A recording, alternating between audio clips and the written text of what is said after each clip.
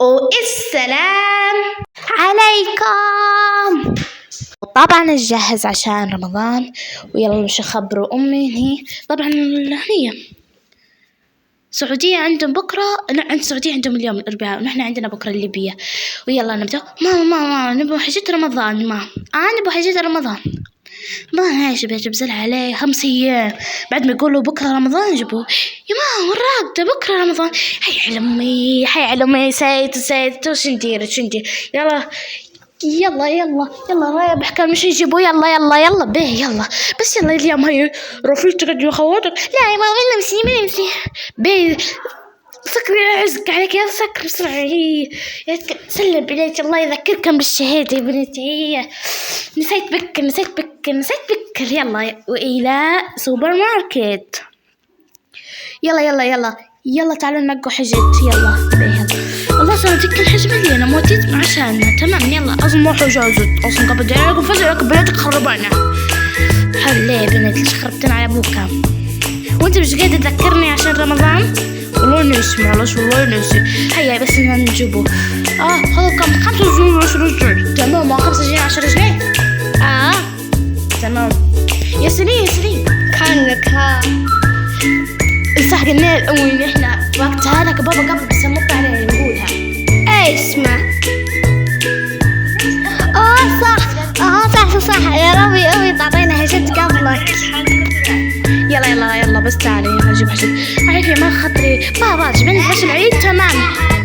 بابا هي بس يا بابا انت شاورك حاجات باش امي شاورتها مويه وقال طبعا وروهش متابعين نلبسوا قبل بعدين وروها المتابعين صح ولا لا؟ صح. غير سكتي كان كم واحد يقول لي سكتي والاخر تقول لي سكتي. بسم الله الرحمن الرحيم بكره رمضان. بسم الله الرحمن الرحيم. يلا بس يلا عندك مالتين نسميح نمسح بيهن بكره رمضان. ايش ندير؟ علقنا عقولنا كان بنعلقوا سموري عليكم.